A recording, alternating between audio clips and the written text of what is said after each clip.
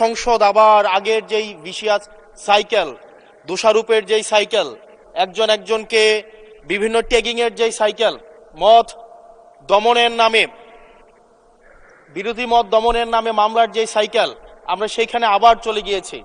ক্যাম্পাসগুলো আবার আনরেস্টের দিকে যাচ্ছে, অস্থিতিশীল পরিবেশ সৃষ্টি হচ্ছে, বিরোধী দল মত দমনের জন্য মামলা করা হচ্ছে, প্রতিমন্ত্রীকে ফেসবুকে লেখার কারণে বাসা থেকে তুলে নিয়ে আসা হচ্ছে, হুইপকে সমালোচনা করলে বাসা থেকে তুলে নিয়ে আসা হচ্ছে।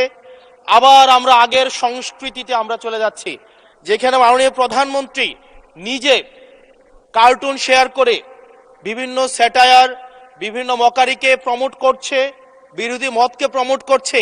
সেইখানে এই সংসদ গঠিত হওয়ার পর থেকে আজকে পর্যন্ত 9টা ঘটনা ঘটেছে, যেখানে মত প্রকাশের জন্য আজকে বাসা থেকে তুলে নিয়ে আসা হয়েছে মাননীয় স্পিকার।